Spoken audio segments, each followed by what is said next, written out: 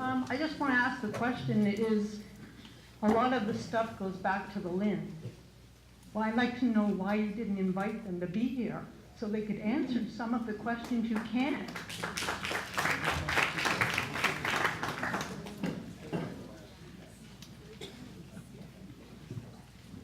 This was an information session that, as staff, we wanted to bring forward and answer your questions. Your desire to have a further conversation with the Lynn and be able to ask them questions is something that we'll take back, and we can invite them if they want to come to another council meeting. We'll put that forward. If people have specific questions that they'd like to have addressed by the Lynn, I think you should provide those to us, and we'll do our best to get answers for you. We have one over here, Pat. Okay.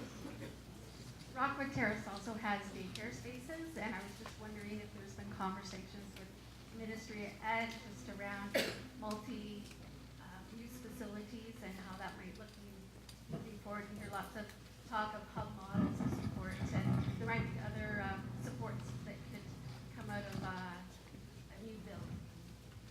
All of our homes do have tenant space, and we really value what they provide to the home, whether it be child care or day away programs. We're not far enough in the process at this point to look and see what are the right partnerships within the community and what we end up with, but thank you for your comment there, because I do know the residents appreciate the contact with the children and the seniors that also come to the homes. Okay, we have another question here. Peter? I'm holding it. One of the things that I think we should all look at is the bubble that we're looking at this project under, the project in Ray. Next year is 2018, there's going to be an election. Premier Wynne and the Liberals have been in a very long time. She's got 17% popularity. The next government that will come in may think that they've got to change things and save money. My calculation from what you've said, $635,000 a year for 25 years results in about $150,000 a bed for beds for that period of time. If you build a new home, you get $625,000 the first year. You're going to have to build a home with real money, and the county's going to have to raise it. You get $625,000, and $625,000, you're building a $50 million home. It's going to cost taxpayers an awful lot of money across the province. If the next government comes in and says, we don't have to do this, we can grandfather and only for new builds put in these standards, but we'll allow the others to be upgraded, they can save a lot of money. Have you looked at that possibility of a change of government may change the whole program that you're in? Well, it's certainly possible that an incoming government could decide that they didn't wish to continue with the enhanced long-term care service delivery program that we're currently operating under. Given the really significant need for that, for the redevelopment of beds across the province, it's a bit challenging to think that they would do that. It might be a very risky move on someone's part, but as I say, anything's possible.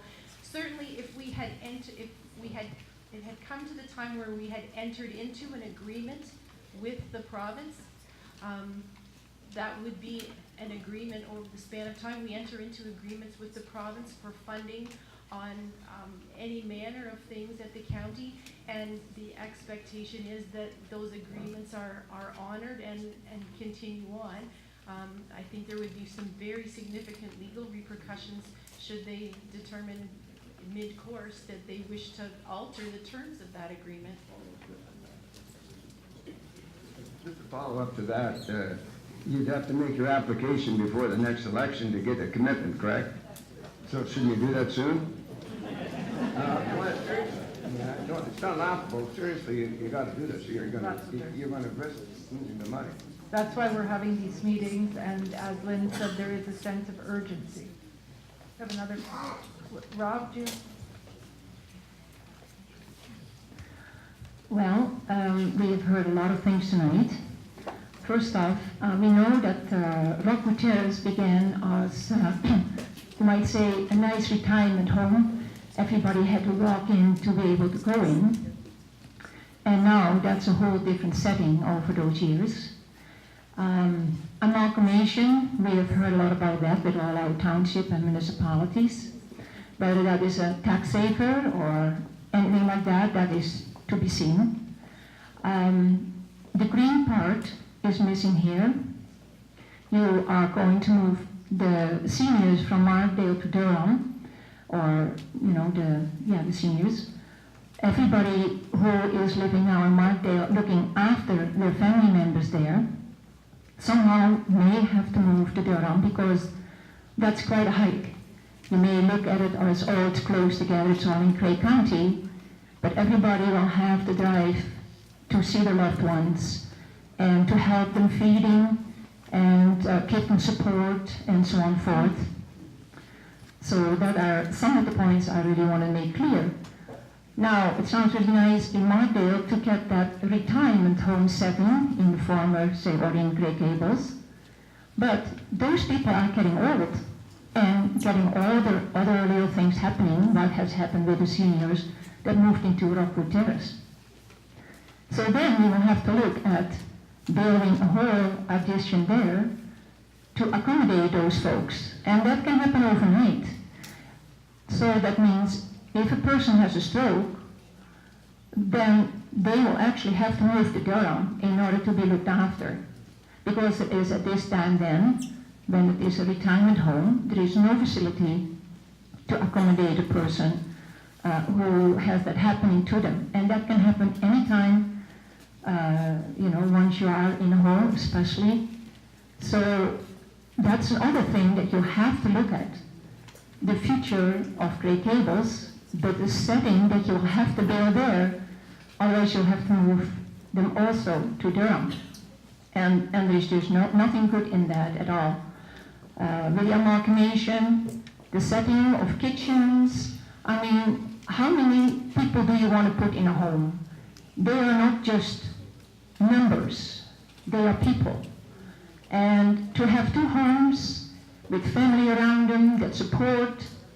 Have you ever looked at all the volunteer hours that are put in by family, by volunteers that look after all those folks to give them the pleasant parts, the caring parts, the love parts, because the staff members often are just ran off their feet. They are very, very busy, especially now in Grey Gables and no doubt in Rockwood, and there is never enough staff. So how can you accommodate 100 and something else more in Rockwood Terrace later and still, do the staffing the same way it's done now? Thank you. Thank you. Part of looking at this is recognizing what the new design standards are for long-term care, and they really push a 32-bed home area.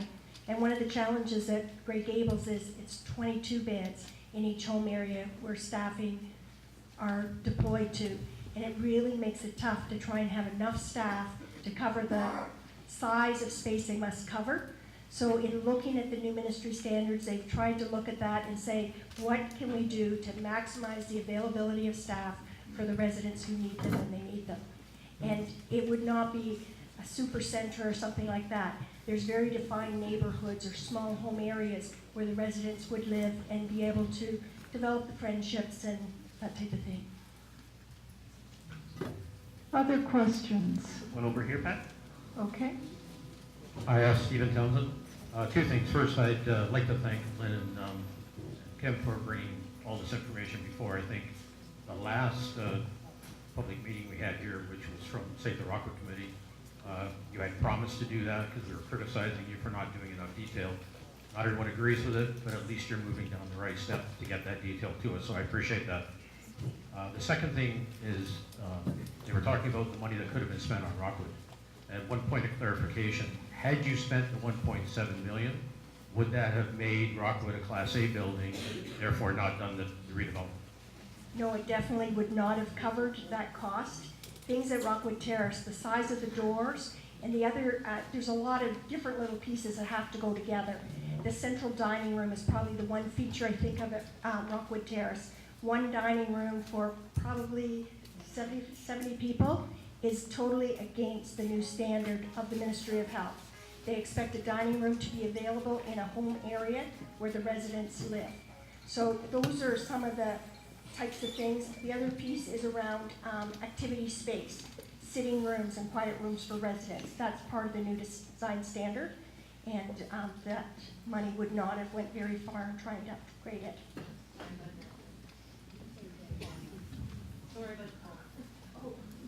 Okay, I'm gonna take some people that we haven't heard from yet.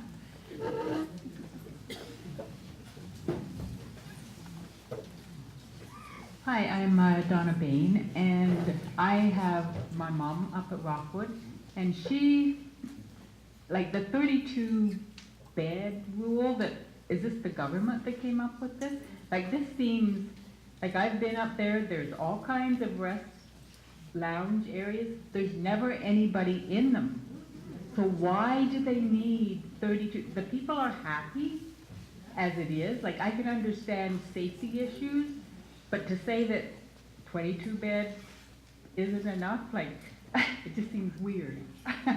And part of that is staff deployment. How do you have enough staff available to meet the residents' needs? Staff have break time, if times are off the floor, and residents still need their care needs met. So part of that 32 provides a better complement of staff to allow work to continue.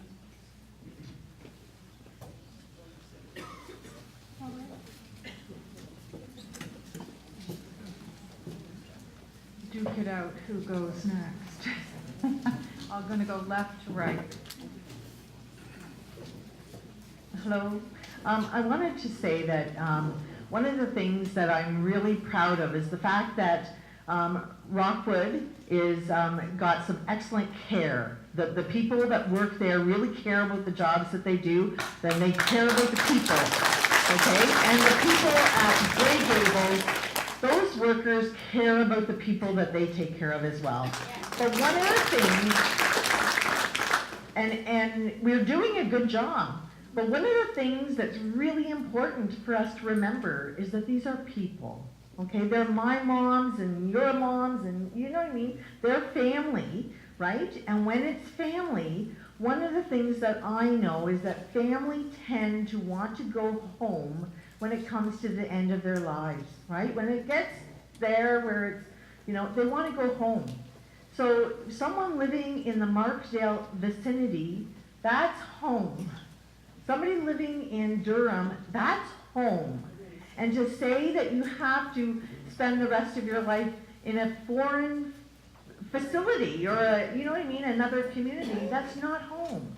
The mailman that used to deliver mail to me might drop in to see me at Grey Gables, right? So those are important factors. It's a social impact that's going to be huge, huge, huge, huge. All of those people that are working in those facilities and are buying lunch there and they're doing their grocery shopping there, and that's bringing economics back to the community. We need to keep those jobs in the community, and we need to keep the seniors where they want to be in their last days.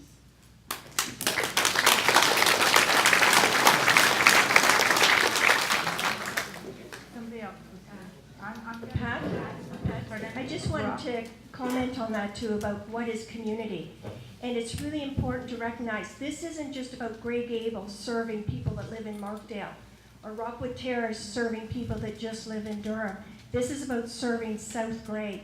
We have people in our homes that come from Williamsburg, Chatsworth, Flesherton, Holstein, and all sorts of areas to the homes. And it's part of a bigger community. You can't say that 66 people come from Durham proper. You can't say that 100 people just come from, or I got the cities, towns mixed up. 66 people don't just come from Markdale, and 100 people don't come from Durham. They do come from a larger geographical area, and people living in rural Ontario do travel, whether they're traveling to see their doctor, to see their other family, to do whatever. people do move around. I'll just add one other thing, that the concern was raised, and we do take this, very seriously, about the timelines for this and the impact on current residents. The changes, if they proceed, this is a plan that won't take effect for some years into the future. By the time all the plans would be made and the approvals and a building would be built, it would be many years from now before there would be any requirement to move anyone. Anybody who would be affected by this, people would have a lot of notice about what was happening, so they would be making their future decisions based on that information.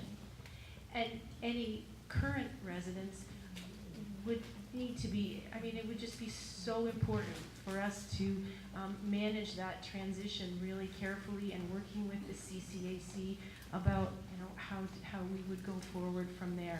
But I just wanted to people to know that it's not something that we in any way would take lightly, about impacting folks. And part of the reason why we want to give a lot of notice, so that there isn't any surprises for people in the future. Okay. Other questions? I'm going to take 2 more questions. Yes, I'm coming. Thank you. I am getting tired and I might forget. I know I have stopped curling. I'm finishing on a high. Here we go. I just have a quick question. I just wanted to know, since the hospital in Markdale is supposed to have been built for the last 15, 20 years, and Grey Gables has donated X amount of land for that hospital, if you sell Grey Gables, the new owners, what's going on with that? It wasn't Grey Gables that donated the land, it was Grey County as a contribution towards the hospital. That has happened. The hospital does have that land, and that's theirs. So it's been severed? I believe everything's completed now, yes. I know there's lots of studies going on and work being done. But as far as I know, they have moved the site of the hospital 3 times on that one parcel of land. There's very specific guidelines, and I'm not an expert on how you build hospitals, but I do know that the ministry has very specific guidelines on what they can do and how much room they have to have for future rebuilding and parking and all that type of thing. Some of the land that is currently at Grey Gables, it was not suitable for building, whereas the section that has been severed provides them with what they need. We had one more question. I said I'd choose. Can I hold it? Thank you. Did you ever commission the Snyder report in 2012? I'm not finished. I don't know what you mean by did we ever commission it? Okay. It recommended 2 options, 4A and 4B. The second option was to find another 12 beds. If you didn't find the beds, why did you proceed with option 4A? Stalling 5 years has just increased the cost. Okay, back when, and I do know the Snyder report, back when that was done, we knew that the government would be coming out with funding for redevelopment. The county had decided that we would watch for funding because it makes more sense to take advantage of provincial funding than to go out and do it all on our own as a county. So back in whatever year that was, 2012, did you say? We went out and had Snyder look at it and give us options on potential costs to redevelop so that we had an idea of what we needed to start saving and put aside and be ready for the future. Thanks, Lynn. So I'm going to, there being no other hands in the air, and it's almost 9 o'clock. It is freezing rain outside, so I caution you to leave very slowly and take time. We want to thank all of you for coming tonight, and remember that you can still submit on the cards and on the website. Thank you very much.